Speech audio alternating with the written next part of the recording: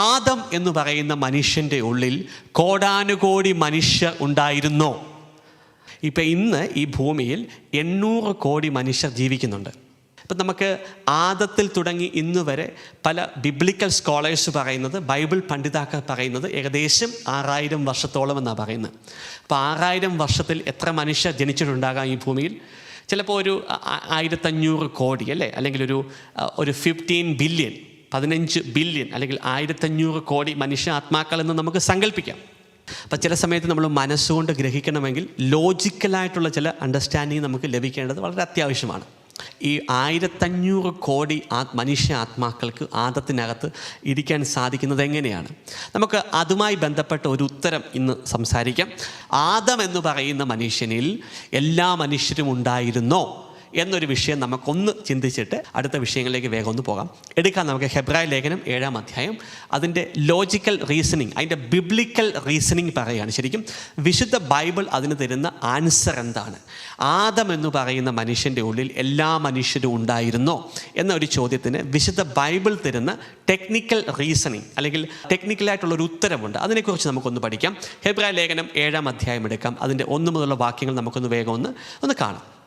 അവിടെ ഇപ്രകാരം പറയുന്നു. ഈ കോണ്ടെക്സ്റ്റ് എന്ന് പറയുന്നത് അബ്രഹാമും മെൽക്കിസദേക്കും തമ്മിലുള്ള കോൺവെർസേഷൻസാണ് ശരിക്കും സംഭവിക്കുന്നത്. അപ്പോൾ അവിടെ സംഭവിക്കുന്നതിനകത്ത് വിശുദ്ധ ബൈബിൾ വ്യക്തമായിട്ട് പറയുന്ന ചില പ്രിൻസിപ്പിൾസ് ഉണ്ട്, ചില ആത്മീയ മർമ്മങ്ങളുണ്ട്. ആത്മീയ മർമ്മത്തെ ഒന്ന് ഗ്രഹിക്കാൻ സാധിച്ചാൽ ആദത്തിൻ്റെ ഉള്ളിൽ എല്ലാ മനുഷ്യരും ഉണ്ടായിരുന്നോ എന്ന ആശയം നമുക്ക് പിടികിട്ടാൻ എളുപ്പമാണ്. കാരണം എല്ലാവർക്കും ചില ചിന്തകൾ വരും. അദൃശ്യ ആത്മീയ ലോകത്തിലുണ്ടായിരുന്ന ഞാൻ ആദത്തിൽ വന്നല്ലോ. ആദം ജനിച്ചത് 6000 വർഷങ്ങൾക്ക് മുമ്പാണല്ലോ. അപ്പോൾ ഏകദേശം 1500 കോടി മനുഷ്യാത്മാക്കൾ. അതെങ്ങനെയാണ് ടെക്നിക്കലി പോസിബിൾ ആകുന്നത്? അതെങ്ങനെയാണ് സാധ്യമാകുന്നത്? അതിന് വിശുദ്ധ ബൈബിൾ തരുന്ന ഉത്തരമാണ് നമ്മളൊന്ന് പരിശോധിക്കാൻ പോകുന്നത്. ഹെബ്രായ ലേഖനം അതിൻ്റെ 7-ാം അധ്യായം എടുക്കാം. രാജാക്കന്മാരെ വധിച്ചതിന് ശേഷം മടങ്ങി വന്ന അബ്രഹാത്തെ കണ്ടപ്പോൾ സലേമിൻ്റെ രാജാവും അത്യുന്നതനായ ദൈവത്തിൻ്റെ പുരോഹിതനുമായ മെൽക്കിസദേക്ക് അവനെ അനുഗ്രഹിച്ചു എന്ന് പറഞ്ഞാൽ മെൽക്കിസദേക്ക് ഇവിടെ അബ്രഹത്തെ അനുഗ്രഹിക്കുകയാണ്. 2-ാമത്തെ വാക്യം പറയുന്നു, സകലത്തിൻ്റെയും ദശാംശം അബ്രഹാം അവനു നൽകി. ദശാംശം അബ്രഹാം മെൽക്കിസദേക്കിന് നൽകി. അപ്പോൾ പല ആൾക്കാർ പറയാറുണ്ട് ദശാംശം എന്ന് പറയുന്നത് ഇറ്റ് ഈസ് എ ലോ, നിയമമാണെന്ന് പറയും. നിയമം നൽകപ്പെട്ടത് മോശയുടെ സമയത്താണ്. അപ്പോൾ ദശാംശം എന്ന് പറയുന്നത് അതിനു മുമ്പേ ഉണ്ടായിരുന്നു. അല്ലെങ്കിൽ ടൈത്തിങ് അല്ലെങ്കിൽ ദശാംശം എന്ന് പറയുന്നത് ഒരു നിയമമല്ല, അതൊരു പ്രിൻസിപ്പിളാണ്. അല്ലെങ്കിൽ അത് ഒരു സ്പിരിച്വൽ പ്രിൻസിപ്പിളാണ് ശരിക്കും. അത് മോശയിലൂടെ കൽപ്പന കൊടുക്കുന്നതിന് മുമ്പേ ഉണ്ടായിരുന്നു. നമുക്ക് കാണാൻ സാധിക്കും. സകലത്തിൻ്റെയും ദശാംശം അബ്രഹാം ആർക്ക് കൊടുത്തു? മെൽക്കിസദേക്കിന് കൊടുത്തു എന്ന് പറഞ്ഞാൽ അബ്രഹത്തിൻ്റെ കാലത്തിൽ ആ സമയത്ത് ഫോളോ ചെയ്ത ഒരു പ്രിൻസിപ്പിളായിരുന്നു ദശാംശം എന്ന് പറയുന്നത്.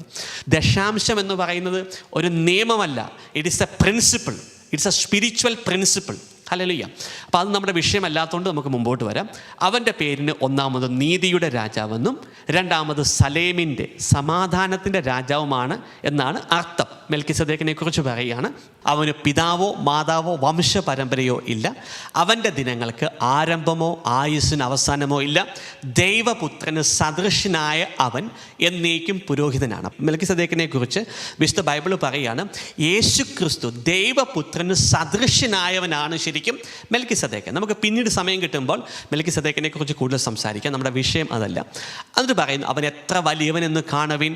പൂർവ്വ പിതാവായ അബ്രഹാം യുദ്ധത്തിൽ പിടിച്ചെടുത്ത ദശാംശം അവന് കൊടുത്തല്ലോ. ലേവിയുടെ പുത്രന്മാരിൽ പൗരോഹിത്യം സ്വീകരിച്ചിരുന്നവർക്ക് തങ്ങളുടെ സഹോദരരും അബ്രഹത്തിൻ്റെ മക്കളുമായിരുന്ന ജനങ്ങളിൽ നിന്നു പോലും ദശാംശം വാങ്ങാൻ നിയമത്തിൻ്റെ അനുശാസനമുണ്ടായിരുന്നു. അപ്പോൾ ഇവിടെ 3-ാമതൊരു കഥാപാത്രത്തെക്കുറിച്ച് പറയുകയാണ്. അതാരാണ്? ലേവി. അപ്പോൾ ആദ്യം അബ്രഹത്തെക്കുറിച്ച് പറയുന്നു, 2-ാമത് മെൽക്കിസദേക്കിനെ കുറിച്ച് പറയുന്നു, പിന്നെ അബ്രഹത്തിന് 100 കണക്കിന് വർഷങ്ങൾക്ക് ശേഷം ജനിച്ച ലേവിയുടെ പൗരോഹിത്യം, ലേവി എന്ന് പറയുന്ന വ്യക്തിയെക്കുറിച്ചും പറയുന്നു.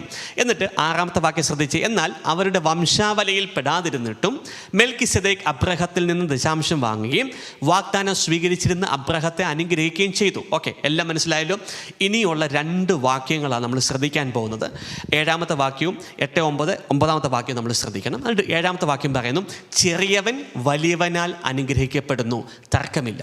അപ്പോൾ ഈ ടൈത്തിങ് എന്ന് പറയുന്നതിൻ്റെ പ്രിൻസിപ്പിൾ ഇതാണ് ശരിക്കും. ചെറിയവൻ വലിയവനാൽ അനുഗ്രഹിക്കപ്പെടുന്നു. That is the whole principle of tithing. ഇനി 9ാമത്തെ വാക്യമാണ് നിങ്ങളുടെ ശ്രദ്ധയിലേക്ക് കൊണ്ടുവരേണ്ടത്. കാരണം നമ്മൾ പറയുന്നത് ആദം എന്ന് പറയുന്ന മനുഷ്യനിൽ എല്ലാ മനുഷ്യനും ഉണ്ടായിരുന്നോ എന്നൊരു ചോദ്യത്തിൻ്റെ ഉത്തരം തേടിയാണ് നമ്മൾ സഞ്ചരിക്കുന്നത്. അപ്പോൾ അതിനകത്ത് ഹെബ്രായ ലേഖനം 7-ാം അധ്യായത്തിലേക്ക് നമ്മൾ വന്നു. അവിടെ അബ്രഹത്തെ കണ്ടു, മെൽക്കിസദേക്കിനെ കണ്ടു. അബ്രഹത്തിന് ശേഷം 100 കണക്കിന് ശേഷം ജനിച്ചു വീണ ലേവിയെ കാണുകയാണ്. ഇനി 9ാമത്തെ വാക്യം, ഇവിടെയാണ് ശരിക്കും വിശുദ്ധ ബൈബിൾ പ്രസൻറ്റ് ചെയ്യുന്ന ഒരു സ്പിരിച്വൽ ഫോർമുല, ഒരു ആത്മീയ മർമ്മം ഇരിക്കുന്നത്. അങ്ങനെ ആദത്തിൽ എല്ലാ മനുഷ്യരും ഉണ്ടായിരുന്നോ എന്നത് മനസ്സിലാക്കുവാൻ വേണ്ടി കൊടുത്തിരിക്കുന്ന ആ 9ാമത്തെ വാക്യം ശ്രദ്ധിച്ചേ. ദശാംശം വാങ്ങിയിരുന്ന ലേവി പോലും.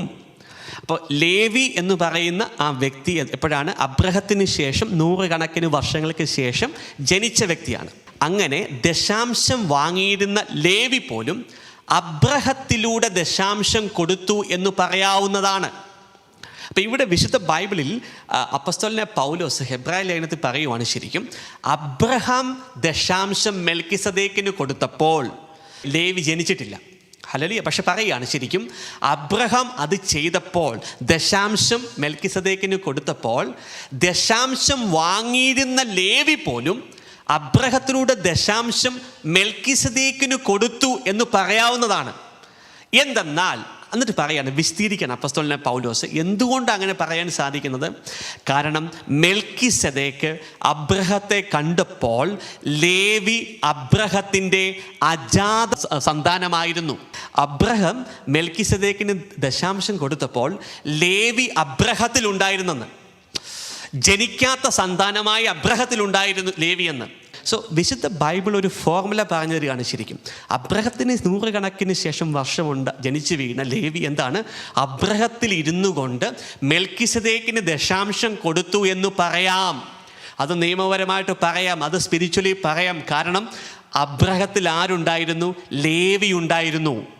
ഈ ഒരു പ്രിൻസിപ്പിൾ, ഈ ഒരു ഫോർമുല നിങ്ങൾ അപ്ലൈ ചെയ്താൽ ആദത്തിൽ എല്ലാ മനുഷ്യരും ഉണ്ടായിരുന്നു എന്ന് നമുക്ക് മനസ്സിലാക്കാൻ സാധിക്കും.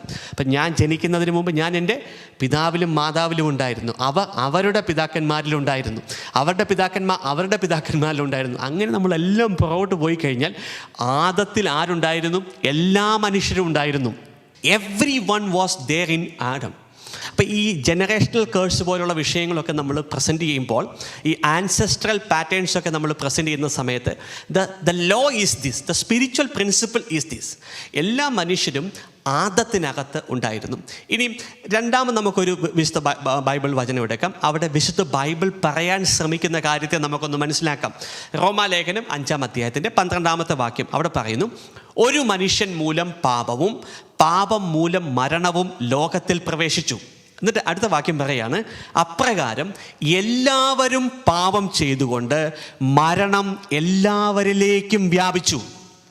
ഒന്ന് ശ്രദ്ധിച്ച്, ഈ ഹെബ്രായ ലേഖനം 7-ാം അധ്യായത്തിൽ നമ്മൾ പറഞ്ഞ ഹല്ലേലൂയ, ലേവി അബ്രഹത്തിൽ ഇരുന്നു കൊണ്ട് മെൽക്കിസദേക്കിന് ദശാംശം കൊടുത്തു എന്ന് പറയാം എന്ന് പറയുമ്പോൾ അബ്രഹത്തിൽ അജാത സന്താനമായി ലേവി ഉണ്ടായിരുന്നു എന്ന് ശരിക്കും അപ്പോസ്തലനായ പൗലോസ് പറയുമ്പോൾ അതേ പ്രിൻസിപ്പിൾ വെച്ച് ഈ റോമാലേഖനം 5-ാം അധ്യായത്തിൻ്റെ 12-ാം വാക്യം ഒന്ന് പരിശോധിച്ചാൽ ഈ വിഷയത്തെ നമുക്ക് മനസ്സിലാക്കാൻ സാധിക്കും. അവിടെ പറയുന്നു, അപ്രകാരം എല്ലാവരും പാപം ചെയ്തുകൊണ്ട് എന്ന് പറഞ്ഞാൽ ആദം പാപം ചെയ്തപ്പോൾ സകല മനുഷ്യരും പാപം ചെയ്തുകൊണ്ട് മരണം എല്ലാവരിലേക്കും വ്യാപിച്ചു എന്ന് കർത്താവിൻ്റെ വചനം പറയുന്നു. 2000 ജനിച്ച് ഞാൻ എങ്ങനെയാണ് ആദം പാപം ചെയ്ത സമയത്ത് പാപം ചെയ്യുന്നത്? ആദത്തിൽ ഇല്ലാത്ത ഒരു മനുഷ്യന് എങ്ങനെയാണ് ആദം ചെയ്തപ്പോൾ പാപം ചെയ്തെന്ന് പറയാൻ സാധിക്കുന്നത്? So the Bible is telling that everyone was there in Adam. അതാ ശരിക്കും ഞാൻ ഈ ജെനിസിസ് 2:7 ഉൽപ്പത്തി 2:7 പറയുന്നത്, ദൈവം ഊതി എന്ന് പറയുമ്പോൾ അദൃശ്യ ആത്മീയ ലോകത്തിലുള്ള എല്ലാ മനുഷ്യ സ്പിരിറ്റുകളും എല്ലാ വ്യക്തികളും എന്താണ് ആദത്തിലേക്ക് നിവേശിക്കപ്പെട്ടു.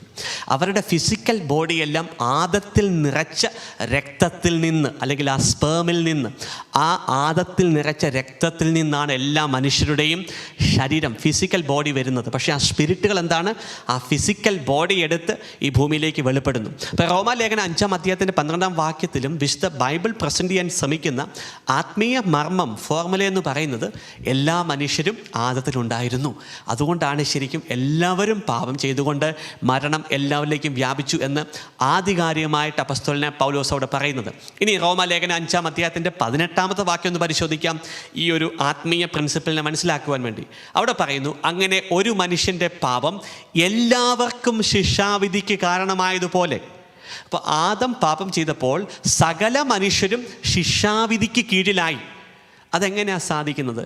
ജിയോയ്ക്ക് എങ്ങനെയാണ് ശരിക്കും ആദം 6000 വർഷം മുമ്പ് പാപം ചെയ്തപ്പോൾ ഞാൻ ശിക്ഷാവിധിക്ക് കാരണമായി, അല്ലെങ്കിൽ ഞാൻ ശിക്ഷയുടെ കീഴിലേക്ക് വന്നു എന്നെങ്ങനെ പറയാൻ സാധിക്കും? കാരണം ഞാൻ ആദത്തിലുണ്ടായിരുന്നു, നിങ്ങൾ ആദത്തിലുണ്ടായിരുന്നു, നമ്മൾ ആദത്തിലുണ്ടായിരുന്നു, അജാത സന്താനമായി ഉണ്ടായിരുന്നു, ജനിക്കാത്ത സന്താനമായിട്ടുണ്ടായിരുന്നു. ലേവി അജാത സന്താനമായി അബ്രഹത്തിലിരുന്ന് മെൽക്കിസെദേക്കിന് ദശാംശം കൊടുത്തതുപോലെ ആദം പാപം ചെയ്തപ്പോൾ ആദത്തിൽ സകല മനുഷ്യരും പാപം ചെയ്തു, അല്ലെങ്കിൽ സകലരുടെ മേലും മരണം കടന്നു വന്നു എന്ന് പറയാനുള്ള കാരണം നമ്മളെല്ലാവരും ആദത്തിലുണ്ടായിരുന്നു. എന്നിട്ട് പറയാണ്, ഒരു മനുഷ്യൻ്റെ അനുസരണക്കേടിനാൽ അനേക പാപികളായി തീർന്നതുപോലെ ഒരു മനുഷ്യൻ്റെ അനുസരണത്താൽ അനേകം പേർ നീതിയുള്ളവരായിത്തീരും. സോ വിശുദ്ധ ബൈബിൾ പറയുകയാണ്, എല്ലാ മനുഷ്യരും ആദത്തിലുണ്ടായിരുന്നു. It is spiritually possible. അജാത സന്താനമായിട്ടുണ്ടായിരുന്നു, നമ്മൾ സ്പിരിച്വൽ റലത്തിലുണ്ടായിരുന്നു, ആദത്തിലുണ്ടായിരുന്നു. അപ്പോൾ ആദം പാപം ചെയ്തപ്പോൾ മരണവും പാപവും സകല മനുഷ്യരിലേക്കും, എന്നിലേക്കും നിങ്ങളിലേക്കും ഒക്കെ വ്യാപിച്ചു എന്ന് അവിടെ വീണ്ടും ദൈവവചനത്തിൻ്റെ അടിസ്ഥാനത്തിൽ നമുക്ക് കാണാൻ സാധിക്കും. ഇനി മൂന്നാമതൊരു ആശയത്തെ ഒന്ന് പ്രസൻറ്റ് ചെയ്യാൻ ആഗ്രഹിക്കുന്നു. ഒരു മനുഷ്യനകത്ത് അനേകം ആത്മാക്കൾക്ക് ഇരിക്കാൻ സാധിക്കുമോ? പല വ്യക്തികളുടെയും ചിന്തകൾക്കകത്ത് ഇങ്ങനെയുള്ള ചോദ്യങ്ങളുണ്ട്. അപ്പോൾ അതിനെ ഒന്ന് ദൂരീകരിക്കാൻ ആഗ്രഹിക്കുന്നു. ആദത്തിൻ്റെ ഉള്ളിൽ, അല്ലെങ്കിൽ ഒരു മനുഷ്യൻ്റെ ഉള്ളിൽ അനേകം ആത്മാക്കൾക്ക് ഇരിക്കാൻ സാധിക്കുമോ? മർക്കോസിൻ്റെ സുവിശേഷം 5-ാം അധ്യായത്തിനകത്ത് യേശു ലെഗിയോൺ എന്ന് പറയുന്ന ആ ഒരു സ്പിരിറ്റിനെ കാസ്റ്റ് ഔട്ട് ചെയ്യുന്ന സമയത്ത് ലീജിയൻ അല്ലെങ്കിൽ ലെഗിയോൺ എന്ന് പറയുന്നത് 3000 തുടങ്ങി 6000 സ്പിരിറ്റുകളാണ് ശരിക്കും. അപ്പം 6000-ൽ പരം ദുരാത്മാക്കൾക്ക് ഒരു മനുഷ്യ ശരീരത്തിൽ ഇരിക്കാമെങ്കിൽ, ഹല്ലേലൂയ, 6 കോടി ദുരാത്മാക്കൾക്കും ഒരു മനുഷ്യ ശരീരത്തിൽ ഇരിക്കാൻ സാധിക്കും. 60 കോടി സ്പിരിറ്റുകൾക്കും ഒരു മനുഷ്യ ശരീരത്തിൽ ഇരിക്കാൻ സാധിക്കും. This is A real spiritual truth. ഞാൻ പല ഡെലിവറൻസ് ശുശ്രൂഷ ചെയ്യുന്ന സമയത്ത് ആദ്യത്തെ സ്പിരിറ്റ് കാസ്റ്റ് ഔട്ട് ചെയ്തത് ലെഗിയോണാണ്. അപ്പം ലെഗിയോൺ 6000 പോയി. അത് കഴിഞ്ഞിട്ട് പിന്നെ 1000, 10,000 കണക്കിന് ദുരാത്മാക്കളെ കാസ്റ്റ് ഔട്ട് ചെയ്തിട്ടുണ്ട്. ചില സ്പിരിറ്റുകൾ അല്ലെങ്കിൽ ഹയർ റാങ്കിങ്ങിലുള്ള ഫോളൻ ഏഞ്ചലുകൾ അതെന്താണ്, ഒരു കിങ്ഡമായിട്ടാണ് ഓപ്പറേറ്റ് ചെയ്യുന്നത്. ഒരു കിങ്ഡം എന്ന് പറയുമ്പോൾ ആ കിങ്ഡത്തിനകത്ത് 10,000 കണക്കിന് ദുരാത്മാക്കളുണ്ട്. അപ്പം അതിനൊരു പ്രിൻസിപ്പാലിറ്റി, അതിനൊരു ലീഡർ ഉണ്ടാകും. ആ ലീഡറിൻ്റെ കീഴിൽ 10,000 കണക്കിന് ആത്മാക്കളുണ്ടാകും.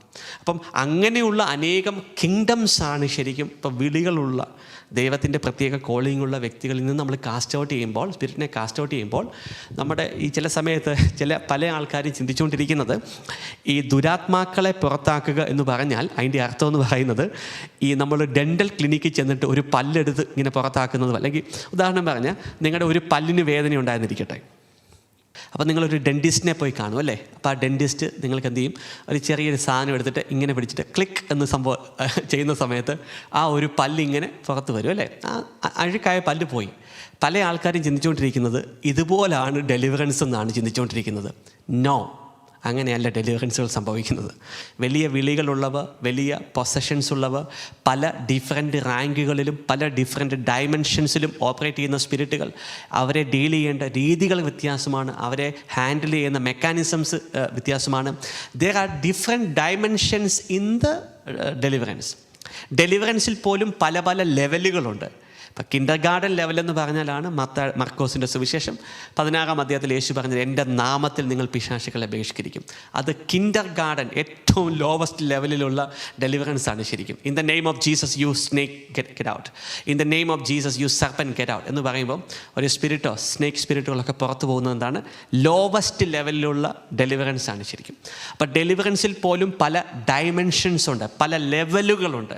അതിനെക്കുറിച്ച് നമുക്ക് പിന്നീട് ഡീറ്റെയിൽസ് ആയിട്ട് സംസാരിക്കാം. അപ്പം ഈ ലീജിയൻ അല്ലെങ്കിൽ ലെഗിയോൺ എന്ന് പറയുന്ന 6000 സ്പിരിറ്റുകൾ ഒരു മനുഷ്യ ശരീരത്തിൽ ഇരിക്കാമെങ്കിൽ 6 കോടി സ്പിരിറ്റുകൾക്കും 60 കോടി സ്പിരിറ്റുകൾക്കും 600 കോടി സ്പിരിറ്റുകൾക്കും ഒരു ശരീരത്തിൽ ഇരിക്കാൻ സാധിക്കും. It is technically possible.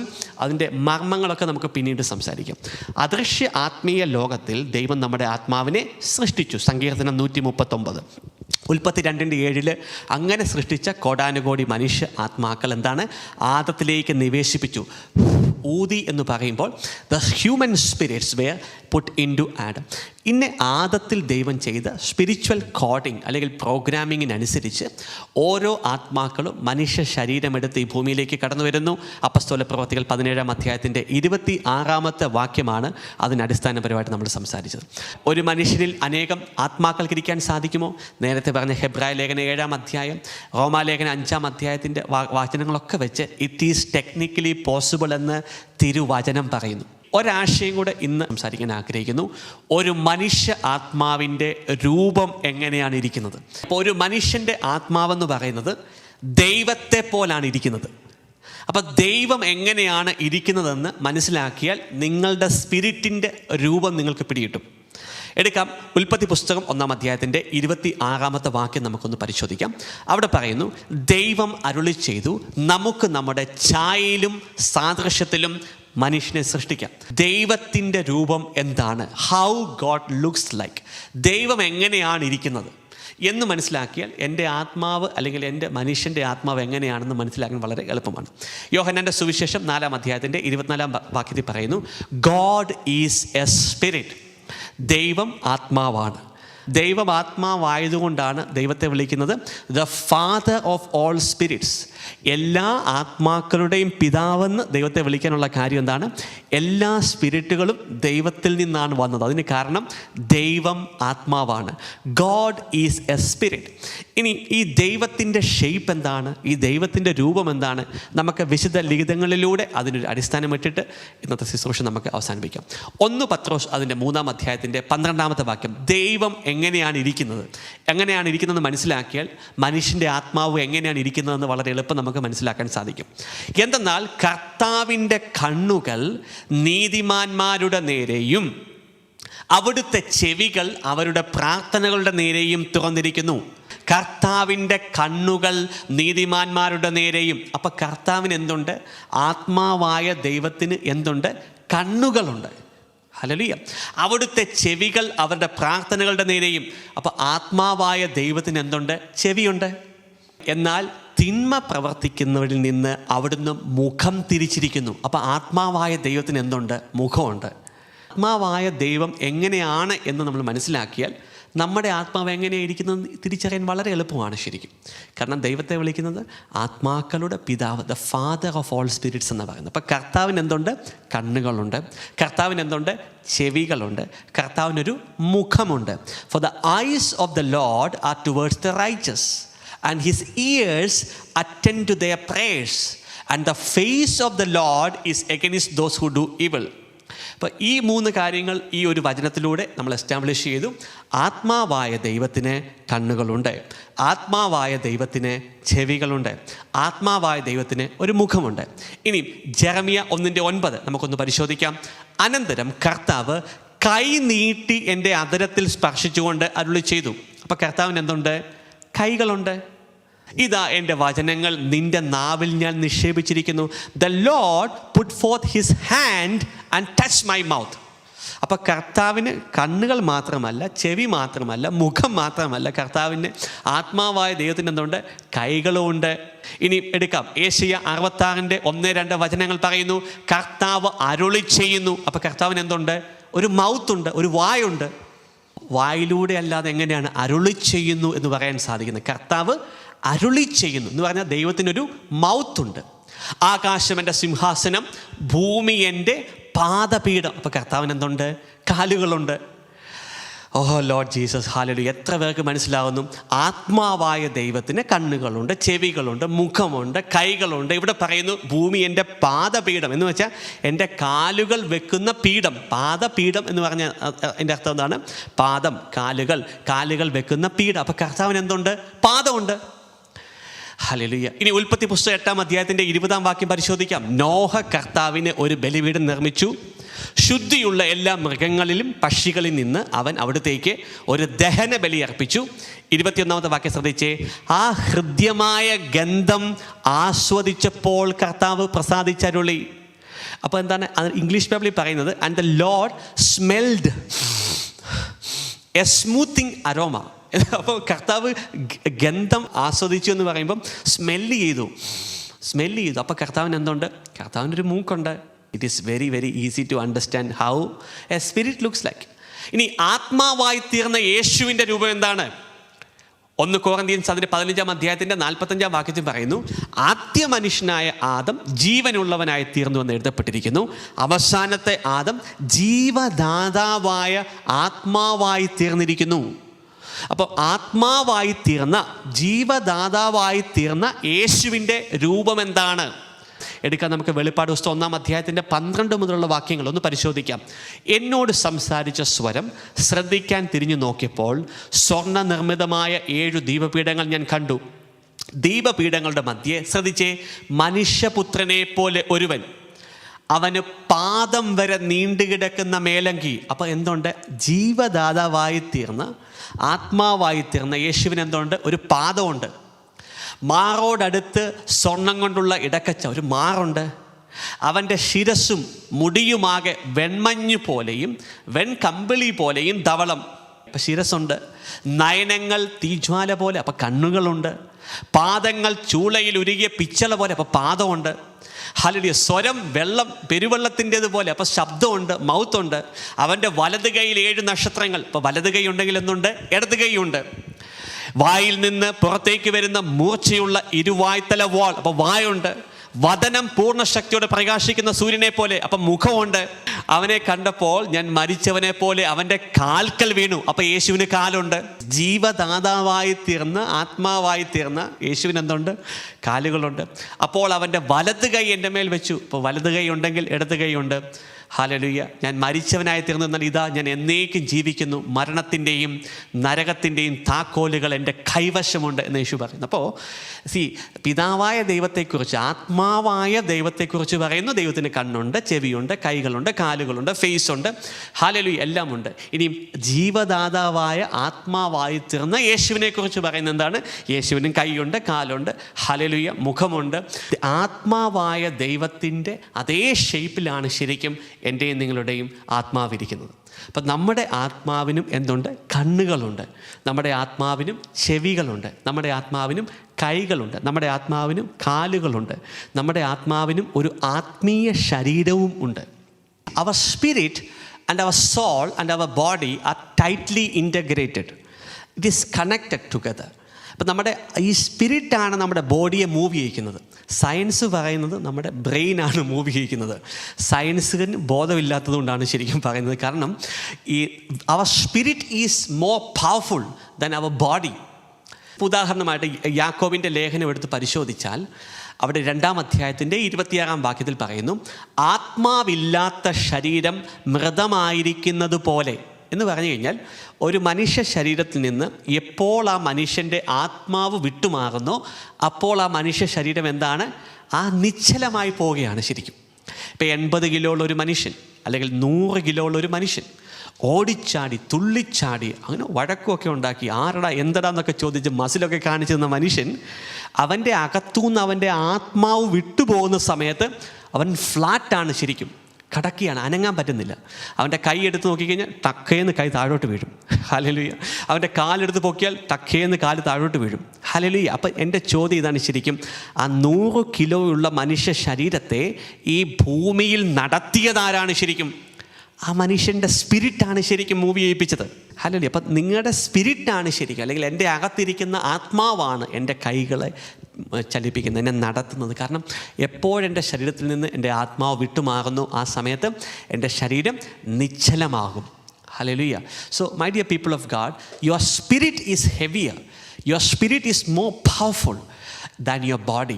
ഈ ശരീരത്തെ മൂവ് ചെയ്യിക്കുന്ന ആരാണ്? ശരിക്കും അകത്തെ മനുഷ്യനാണ്, അകത്തെ ഇന്നർ ബീയിങ് ആണ് ശരിക്കും മൂവ് ചെയ്യുന്നത്. അപ്പോൾ നമ്മുടെ സ്പിരിറ്റും സോളും ബോഡിയും it is tightly integrated, is tightly connected. അത് ക്ലോസ്ലി ഇൻറ്റഗ്രേറ്റ് ചെയ്യുവാണ് ശരിക്കും. അങ്ങനെയാണ് ദൈവം അതിൻ്റെ ഡിസൈൻ ചെയ്തിരിക്കുന്നത്. But our spirit is more powerful than our physical body. നിങ്ങളുടെ സ്പിരിറ്റ് ശരിക്കും നിങ്ങളെപ്പോലെ തന്നെയാണ് ഇരിക്കുന്നത്. നമ്മൾ ആരെപ്പോലെയാണ് ഇരിക്കുന്നത്? ദൈവത്തിൻ്റെ ഛായയിലും സാദൃശ്യത്തിലുമാണ് ഇരിക്കുന്നത്. ഹല്ലേലൂയ. അപ്പോൾ ദൈവം എങ്ങനെയാണ്? ദൈവത്തിന് കണ്ണുകളുണ്ട്, കാതുകളുണ്ട്, കൈകളുണ്ട്, പാദങ്ങളുണ്ട്, ദൈവത്തിന് മുഖമുണ്ട്. അപ്പോൾ ദൈവത്തെ പോലെ തന്നെയാണ് ദൈവ മക്കളും. ഹല്ലേലൂയ. കാരണം ഒരേ DNA-യിൽ നിന്നാണ് നമ്മളെല്ലാം വന്നിരിക്കുന്നത്. അപ്പം ദൈവ ആത്മാവായ ദൈവം എങ്ങനെ ഇരിക്കുന്നു, ജീവദാതാവായി തീർന്ന ആത്മാവായ യേശു എങ്ങനെ ഇരിക്കുന്നു, അതുപോലെ തന്നെയാണ് ഓരോ മനുഷ്യൻ്റെയും, എൻ്റെയും നിങ്ങളുടെയും ആത്മാവ്. നമുക്ക് ആത്മാവിൽ കണ്ണുകളുണ്ട്. അത് നമ്മൾ പറയുന്നത് ആത്മാവിൻ്റെ കണ്ണു തുറക്കണമേ എന്ന് പറയുന്നതിൻ്റെ കാര്യം എന്താണ്? അദൃശ്യ ആത്മീയ ലോകത്തെ കാണണമെങ്കിൽ കണ്ണു തുറക്കണം. ആത്മാവിൻ്റെ ചെവി തുറക്കണമേ എന്ന് പ്രാർത്ഥിക്കാൻ കാര്യം എന്താണ്? ആ ചെവി ഉപയോഗിച്ചാണ് ശരിക്കും പരിശുദ്ധാത്മാവ്, ആത്മാവായ പരിശുദ്ധാത്മാവ് നമ്മളോട് സംസാരിക്കുന്നത് നമുക്ക് കേൾക്കാൻ സാധിക്കുന്നത്. എൻ്റെ ആത്മാവിനെ അഭിഷേകം ചെയ്യണമേ എന്ന് പറയാനുള്ള കാരണം എന്താണ്? ആത്മാവിൽ ശക്തി വരുമ്പോഴാണ് ഈ ഭൂമിയിൽ കാര്യങ്ങൾ ചെയ്തെടുക്കുവാൻ, ശക്തിയോടെ പ്രവർത്തിക്കാൻ എനിക്ക് സാധിക്കുന്നത്. Our spirit is very important and our spirit is more powerful. നമ്മുടെ സ്പിരിറ്റിന് കണ്ണുകളുണ്ട്, ചെവികളുണ്ട്, കാലുകളുണ്ട്, കൈകളുണ്ട്. ഹല്ലേലൂയ. സ്പിരിറ്റിനൊരു സ്പിരിച്വൽ ബോഡിയുമുണ്ട്. ഓക്കെ, അങ്ങനെയാണെങ്കിൽ എൻ്റെ ആത്മാവ് എങ്ങനെയാണ് ഇരിക്കുന്നത്? എൻ്റെ ആത്മാവ് എന്നെപ്പോലെ തന്നെയാണ് ഇരിക്കുന്നത്. നിങ്ങളുടെ how is your body, how is your outward looking? That's how your spirit is also. Your soul is also made up of the same components എന്നൊക്കെ ഞാൻ കഴിഞ്ഞ പല ആഴ്ചകളിൽ സംസാരിച്ചിരുന്നു. സോ അങ്ങനെയുള്ള എൻ്റെ ആത്മാവ്, എൻ്റെ ആത്മാവാണ് എന്നെ ചലിപ്പിക്കുന്നത്. ഈ ആത്മീയ കോൺഷ്യൻസ് വേണം നമ്മൾ ബിൽഡ് ചെയ്യാൻ. പലപ്പോഴും നമ്മളുടെ ഒരു വലിയ പ്രശ്നം എന്ന് പറഞ്ഞാൽ നമ്മൾ ഭൗതിക തലങ്ങളിൽ എന്ന് പറഞ്ഞാൽ ദേഹിയുടെ തലങ്ങളിൽ സഞ്ചരിക്കുകയാണ് ശരിക്കും. അങ്ങനെ സഞ്ചരിക്കാൻ വേണ്ടിയല്ല ശരിക്കും നമ്മളെ ദൈവം സൃഷ്ടിച്ചത്. നമ്മൾ ഇൻ ദ സ്പിരിറ്റ്, നമ്മൾ ആത്മാവിൻ്റെ കോൺഷ്യൻസിൽ, ദൈവാത്മാവിനാൽ നയിക്കപ്പെടുന്നവ, ആത്മാവിനാൽ നമ്മുടെ ആത്മാവ് നയിക്കപ്പെടണം. അല്ലെങ്കിൽ സ്പിരിറ്റ് കോൺഷ്യൻസിൽ നമ്മൾ മൂവ് ചെയ്യുമ്പോഴാണ് നമുക്ക് power. We are more powerful when we move in the spirit conscious. അല്ലെങ്കിൽ എല്ലാ മനുഷ്യരും എന്താണ്? സ്പിരിറ്റാണ്. ഡീമൻസ് ആർ സ്പിരിറ്റ് അല്ലേ? പരിശുദ്ധാത്മാവ് ആത്മാവാണ്, ദുരാത്മാക്കൾ ആത്മാവാണ്, ദൂതന്മാർ ആത്മാക്കളാണ്, മനുഷ്യന്മാർ ആത്മാക്കളാണ്. സോ നമുക്ക് ഒരു സ്പിരിച്വൽ റെലവൻസ് വരുന്നത് എന്ന് വെച്ചാൽ നമുക്കൊരു സിഗ്നിഫിക്കൻസ്, നമുക്ക് ഈ സ്പിരിച്വൽ വേൾഡിൽ ഒരു സിഗ്നിഫിക്കൻസ് ഉണ്ടായാൽ നമുക്കെല്ലാം കൺട്രോൾ ചെയ്യാൻ സാധിക്കും. ഫിസിക്കൽ വേൾഡിനെ കൺട്രോൾ ചെയ്യാൻ സാധിക്കും. പല ആൾക്കാരും ചിന്തിച്ചിരിക്കുന്നത് നമ്മുടെ ശരീരബലം കൊണ്ട് ഫിസിക്കൽ വേൾഡിനെ കൺട്രോൾ ചെയ്യാൻ സാധിക്കും. നോ. ആത്മാവിൽ എത്രമാത്രം ശക്തിയുണ്ടോ അത്രമാത്രം നമുക്ക് ഫിസിക്കൽ വേൾഡിനെ കൺട്രോൾ ചെയ്യാൻ സാധിക്കും. ഫിസിക്കൽ വേൾഡിൻ്റെ മേൽ അധികാരം, വാഴ്ച ചെയ്യാൻ സാധിക്കും. അതിനാണ് കർത്താവ് നമ്മളെ രാജാവും പുരോഹിതവും ആക്കിയിരിക്കുന്നത്. യേശുക്രിസ്തുവിൻ്റെ വിശ്വസിക്കുന്ന ദൈവത്തിൻ്റെ പരിശുദ്ധാത്മാവിനാൽ വീണ്ടും ജനിച്ച ഓരോ മക്കളും ഇൻ ദ സ്പിരിറ്റ്, ആത്മാവിൽ ഒരു രാജാവും പുരോഹിതനുമാണ്. ആ രാജാവെന്ന് പറയുമ്പോൾ എന്താണ്? ഒരു വാഴ്ച ചെയ്യുവാൻ വേണ്ടിയാണ്. അത് മനുഷ്യരെ വാഴ്ച ചെയ്യാൻ വേണ്ടിയല്ല, മറിച്ച് എന്താണ്? ആത്മാക്കളുടെ മേൽ ഒരു വാഴ്ച ചെയ്യാൻ വേണ്ടിയാണ്. ഓരോ മനുഷ്യൻ്റെയും പിന്നിൽ എന്തുണ്ട്? സ്പിരിച്വൽ കിങ്ഡംസ് ഉണ്ട്. അപ്പം നിങ്ങൾ ഒരു കിങ്ഡത്തിൻ്റെ പാർട്ടാണ്. നമുക്കറിയാം കൊളോഷ്യൻ ലേഖനത്തിൽ പറയുന്നു, അവനെന്താണ്? നമ്മളെ വിടുവിച്ച് അന്ധകാരത്തിൻ്റെ ആധിപത്യത്തിൽ നിന്ന് വിമോചിപ്പിച്ച് പുത്രൻ്റെ രാജ്യത്തിലേക്ക് കൊണ്ടുവന്നു. പുത്രൻ്റെ രാജ്യം എന്ന് പറയുന്നത് ഒരു ഐഹിക കിങ്ഡം അല്ല, മറിച്ച് ഇറ്റ്സ് എ സ്പിരിച്വൽ കിങ്ഡം. ഒരു ആത്മീയ രാജ്യത്തിലേക്ക് നമ്മളെ കൊണ്ടുവന്നിരിക്കുന്നത്. അപ്പോൾ ആത്മീയ രാജ്യത്തിനകത്തുള്ള എല്ലാ ബെനിഫിറ്റുകളും നമുക്ക് ഫിസിക്കൽ വേൾഡിൽ പ്രദർശിപ്പിക്കണമെങ്കിൽ we must be spiritually relevant. Hallelujah. നമ്മൾ ആത്മീയ തലങ്ങളിൽ റെലവൻ്റ് ആയിരിക്കണം. നിങ്ങൾ ആക്സിഡൻ്റലല്ല, നിങ്ങളുടെ ഡേറ്റ് ഓഫ് ബർത്ത് ആക്സിഡൻ്റലായിട്ട് വന്നതല്ല. മുൻ നിശ്ചയിച്ച പ്രകാരം ഈ ഭൂമിയിൽ ദൈവിക പർപ്പസ് ഫുൾഫിൽ ചെയ്യാൻ വേണ്ടി ദൈവം നിങ്ങളെ അയച്ചിരിക്കുന്നു. ആ ആത്മാവിൻ്റെ അണ്ടർസ്റ്റാൻഡിങ്ങിൽ വരുമ്പോൾ ദൈവം മകൻ, ദൈവം മകൾ എന്നൊക്കെ പറയുന്ന ആ ഒരു വെളിപ്പാട് അതിനകത്ത് നടക്കാൻ സാധിക്കും. നെഞ്ചൊക്കെ ഇത്തിരി ഒന്ന് വിരിക്കാൻ സാധിക്കും. ഹല്ലേലൂയ. ഇങ്ങനെ കൂനിക്കൂടിഞ്ഞ് അയ്യോ പാവം അല്ല, മറിച്ച് ആത്മാവിൽ ആരാണെന്ന് തിരിച്ചറിഞ്ഞാൽ നെഞ്ചൊക്കെ ഇത്തിരി ഒന്ന് വിരിച്ച് തൻ്റെ ഇടത്തോടെ നടക്കാൻ സാധിക്കും. കാരണം you are spiritual significance, you are spiritually significant. ആത്മീയ ലോകത്തിൽ നിങ്ങളെന്താണ്? സിഗ്നിഫിക്കൻ്റ് ആണ്. ഈ ലോകത്തിലെ എല്ലാം ആത്മീയമാണ്. നിങ്ങളുടെ മാരേജ് ഇറ്റ് ഈസ് സ്പിരിച്വൽ, നിങ്ങളുടെ ഫൈനാൻസസ് സ്പിരിച്വലാണ്, നിങ്ങളുടെ റിലേഷൻഷിപ്പ് സ്പിരിച്വലാണ്. അതുകൊണ്ടാണ് സ്പിരിറ്റുകൾ നിങ്ങളെ അറ്റാക്ക് ചെയ്യുന്നത്. എന്തുകൊണ്ടാണ് സ്പിരിറ്റുകൾ, ദുരാത്മാക്കൾ നിങ്ങളുടെ മാരേജിനെ അറ്റാക്ക് ചെയ്യുന്നതിൻ്റെ കാര്യം എന്താണ്? Because your marriage is spiritual. നിങ്ങളുടെ ഫൈനാൻസസിനെ കുരുക്കുന്ന ദുരാത്മാക്കൾ, അവർക്ക് വേറെ പണിയൊന്നുമില്ലേ? ഹല്ലേലൂയ. അവിടെ നിങ്ങളുടെ ഫൈനാൻസസിനെ ഇങ്ങനെ കുരുക്കുന്നതിൻ്റെ കാര്യം എന്താണ്? Because your financial area is spiritual in nature. Every area, എല്ലാ സിസ്റ്റം നോക്കിക്കുക. ഗവൺമെൻറ് സിസ്റ്റം അത് സ്പിരിച്വലാണ് ശരിക്കും. Financial system in this world it is spiritual in nature. Every society it is spiritual in nature. അതുകൊണ്ടാണ് സ്പിരിറ്റുകൾ ഈ മേഖലകളിലെല്ലാം അഫക്റ്റ് ചെയ്യുന്നത്. അപ്പോൾ spiritual ലെവലിൽ നിങ്ങൾ, ആത്മീയതയിൽ നിങ്ങൾ റെലവൻ്റ് ആയാൽ എല്ലാം നിങ്ങൾക്ക് കീഴ്പ്പെടും. അതിനു വേണ്ടിയാണ് ശരിക്കും ദൈവം നമ്മളെ ഈ ഭൂമിയിലേക്ക് അയച്ചത്, രാജാവും പുരോഹിതനുമാക്കി നമ്മളെ മാറ്റിയത്. ഒരു രാജാവെന്ന് ആരെയും വിളിക്കാൻ സാധിക്കത്തില്ല. ആ രാജാവിനൊരു വാഴ്ചയുണ്ട്. ആ വാഴ്ചയെന്ന് പറയുന്നത് എന്താണ്? Principalities, powers, rulers of darkness, spiritual host of wickedness. പൈശാചിക സ്പിരിറ്റുകളുടെ മേൽ ചവിട്ടി നടക്കുമ്പോഴാണ് ശരിക്കും ആ വാഴ്ച സംഭവിക്കുന്നത്. റോമാലേഖനം 16:20 കർത്താവിൻ്റെ വചനം പറയുന്നത് പോലെ, സമാധാനത്തിൻ്റെ ദൈവമോ സാത്താനെ നിങ്ങളുടെ കീഴിലാക്കി ചവിട്ടി മെതിക്കുന്ന ദിവസങ്ങളിലൂടെയാണ് ദൈവമക്കൾ കടന്നു പോകാൻ പോകുന്നത്. അതുകൊണ്ട് ധൈര്യത്തോടെ ആത്മീയ മർമ്മങ്ങളും ആഴങ്ങളും റെവലേഷണൽ നോളജും it is very very important. ആത്മീയ തലങ്ങളിൽ നിങ്ങൾക്ക് വിലയുണ്ടാകണമെങ്കിൽ, ഈ ദുരാത്മാക്കൾ പോലും നിങ്ങളെ റെസ്പെക്റ്റ് ചെയ്യണമെങ്കിൽ, your significance in the spiritual realm is very very important. You must be spiritually significant in order to be respected in the spiritual world. അതിലേക്കൊക്കെ നമുക്ക് വരുന്ന ദിവസങ്ങളിൽ പോകാം. കണ്ണുകളടയ്ക്കാൻ നമുക്ക് പ്രാർത്ഥിക്കാം. സ്വർഗീയ പിതാവേ, ഈ മണിക്കൂറുകൾക്കായിട്ട് ഞങ്ങൾ നന്ദി പറഞ്ഞുകൊണ്ട് പ്രാർത്ഥിക്കുന്നു. കർത്താവെ, അങ്ങ് ഞങ്ങളെ ആത്മീയ ലോകത്തിൽ ആദ്യം സൃഷ്ടിച്ചു. സങ്കീർത്തനം 139. ഹല്ലേലൂയ. അവിടെ നിന്ന് കർത്താവെ ആദത്തിലേക്ക് ഞങ്ങളെ ആക്കി വെച്ചു. ഹല്ലേലൂയ. ഉൽപ്പത്തി 2:7. അതിനുശേഷം ദൈവമേ, അങ്ങ് ആദത്തിൽ ചെയ്തെടുത്ത പ്രോഗ്രാമിങ്ങിനനുസരിച്ച് അപ്പോസ്തല പ്രവർത്തികൾ 17:26 ഓരോ മനുഷ്യനും മനുഷ്യ ആത്മാവും ശരീരം ധരിച്ച് ഈ ഭൂമിയിലേക്ക് കടന്നു വരുമ്പോൾ പിതാവെ, ഞങ്ങൾക്ക് വേണ്ടി അങ്ങ് മുൻനിശ്ചയിച്ച ഒരു പ്രവൃത്തിയുണ്ട്. എഫേസ്യ ലേഖനം 2-ാം അധ്യായത്തിൻ്റെ 10-ാം വാക്യം. നമ്മൾ ചെയ്യുവാൻ വേണ്ടി പിതാവെ അങ്ങ് മുൻനിശ്ചയിച്ച ആ പ്രവൃത്തികൾ ഈ ദിനങ്ങളിൽ അത് അന്വേഷിക്കുന്നവർ, പൂർണ്ണ ഹൃദയത്തോടെ അന്വേഷിക്കുന്ന എല്ലാ മക്കളും അത് കണ്ടെത്തുവാൻ ഇടയാകട്ടെ. മാത്രമല്ല, ഈ അവസാന നാളുകളിൽ അങ്ങയുടെ പ്രവൃത്തികൾ ചെയ്യുവാൻ വേണ്ടി കർത്താവെ ഓരോ മക്കളെ ഒരുക്കണമേ എന്ന് ഞാൻ പ്രാർത്ഥിക്കുന്നു. ഈ നസ്രത്ത് മിനിസ്ട്രിയോട് ചേർന്ന് ഉള്ള എല്ലാ മക്കളെയും, ഇനി ഭാവിയിൽ കടന്നു വരുന്ന എല്ലാ കുടുംബങ്ങളെയും ഒക്കെ ഞാൻ താഴ്ത്തി സമർപ്പിക്കുന്നു. ഒരു സാധാരണ വിശ്വാസിയുടെ തലത്തിൽ നിന്നല്ല, മറിച്ച് യേശുവിൻ്റെ ദാസനും ദാസിയുമായി ഓരോ മകനും മകളും അവർ മാറുവാൻ അവരെ ട്രെയിൻ ചെയ്യുന്ന ഒരു ശുശ്രൂഷയ്ക്കായിട്ട് ഞങ്ങൾ പ്രാർത്ഥിക്കുന്നു. ഈ വരുന്ന ദിവസങ്ങളിൽ അതിനുള്ള ക്രമീകരണങ്ങൾ പിതാവെ അങ്ങ് ഒരുക്കണം. ഓരോ മക്കൾക്കും ഹല്ലേലൂയ അഭിഷേകം നൽകണം. ഓരോ മക്കളുടെ കരങ്ങളിലൂടെയും അനേകം ആത്മാക്കളെ വിടുവിക്കണം. പൈശാചിക ചങ്ങലകൾ പൊട്ടിമാറണം. സാത്താൻ്റെ ദുരാത്മാക്കൾ ഈ മക്കളുടെ കാൽക്കീഴിൽ അമർത്തപ്പെടണം. അത് തന്നെയാണല്ലോ കർത്താവെ റോമാലേഖനം 16:20 അങ്ങ് പറഞ്ഞത്.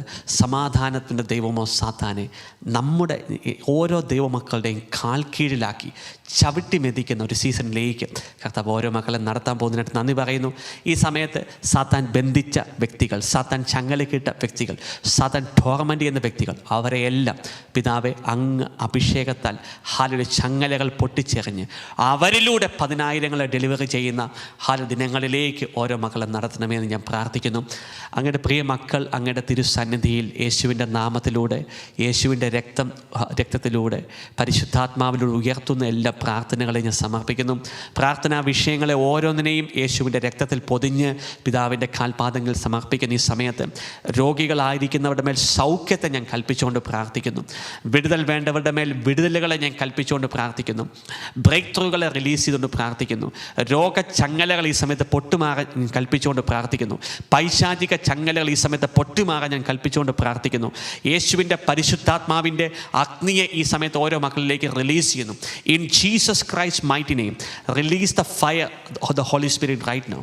പരിശുദ്ധാത്മാവിൻ്റെ അഭിഷേകത്തെ റിലീസ് ചെയ്യുന്നു. ഈ സമയത്ത് അഭിഷേകം നുകങ്ങളെ തകർക്കും, ചങ്ങലകളെ പൊട്ടിക്കും. ഈ സമയത്ത് ഈ മക്കളുടെ ആത്മീയ തലങ്ങൾക്കകത്ത് വ്യാപരിക്കുന്ന അന്ധകാര ശക്തികൾ, പൈശാചിക അന്ധകാര സ്പിരിറ്റുകൾ യേശുവിൻ്റെ പ്രകാശത്താൽ, പരിശുദ്ധാത്മാവിൻ്റെ അഗ്നിയാൽ ഈ സമയത്ത് വിട്ടുമാറാൻ ഞാൻ കൽപ്പിക്കുന്നു. ഈ മക്കളുടെ ജീവിതങ്ങളെ വിട്ടുമാറാൻ കൽപ്പിക്കുന്നു. യേശുവിൻ്റെ അധികാരമുള്ള നാമത്തിൽ ഈ സമയത്ത് സൗഖ്യങ്ങളെ റിലീസ് ചെയ്യുന്നു. യേശുവിൻ്റെ അധികാരമുള്ള നാമത്തിൽ ഈ സമയത്ത് ഞാൻ പ്രാർത്ഥിക്കുന്നു. വിവാഹ തടസ്സങ്ങൾ വിട്ടുമാറാൻ പ്രാർത്ഥിക്കുന്നു. വിവാഹ തടസ്സങ്ങൾ ക്യാൻസലാക്കുന്ന ഈ സമയത്ത് യേശുവിൻ്റെ നാമത്തിൽ അതിൻ്റെ പിന്നിൽ പ്രവർത്തിക്കുന്ന സ്പിരിറ്റുകളെ ബന്ധിക്കുന്നു. അതിൻ്റെ പിന്നിൽ പ്രവർത്തിക്കുന്ന അദൃശ്യ ആത്മീയ ശക്തികളെ ബന്ധിച്ച് ബഹിഷ്കരിക്കുന്ന ഈ സമയത്ത് in the name of the Lord Jesus, യേശുവിൻ്റെ അധികാരമുള്ള നാമത്തിൽ പ്രാർത്ഥിക്കുന്നു. അടഞ്ഞ ഉദരങ്ങൾ, സാത്താൻ അടച്ചു വച്ചിരിക്കുന്ന ഉദരങ്ങൾ ഈ സമയത്ത് തുറന്നു വരട്ടെ. Every evil spirit of barrenness to be removed right now in the name of the Lord Jesus, in the name of the Lord Jesus. അടഞ്ഞ ഉദരങ്ങൾ ഈ സമയത്ത് തുറക്കുവാൻ കൽപ്പിക്കുന്നു. ചില ഹൃദയങ്ങളിലേക്ക് സമാധാനവും സന്തോഷവും യേശു റിലീസ് ചെയ്യുന്നു. ഈ സമയത്ത് ഒന്ന് റിസീവ് ചെയ്ത്, എല്ലാ മക്കളും റിസീവ് ചെയ്ത്. ഹല്ലേലൂയ. അസ്വസ്ഥമാക്കപ്പെടുന്ന ചില ഹൃദയങ്ങൾ, അസ്വസ്ഥമാക്കപ്പെടുന്ന ചില ജീവിതങ്ങൾ ഈ സമയത്ത്, ഈ മിനിറ്റിൽ I can see the holy spirit is moving in your heart. ചില ഹൃദയങ്ങളിലേക്ക് ജോയ്, സമാധാനം കർത്താവ് നിറയ്ക്കുന്നു, സന്തോഷം ഒഴുകുന്ന ഈ സമയത്ത്. സമാധാനം, the peace of the Lord Jesus, യേശുവിൻ്റെ സമാധാനം ചില ഹൃദയങ്ങളിലേക്ക് ഇപ്പോൾ പ്രവേശിക്കുന്നു. യേശുവിൻ്റെ സ്വസ്ഥത ചില ഹൃദയങ്ങളിലേക്ക് പ്രവേശിക്കുന്നു.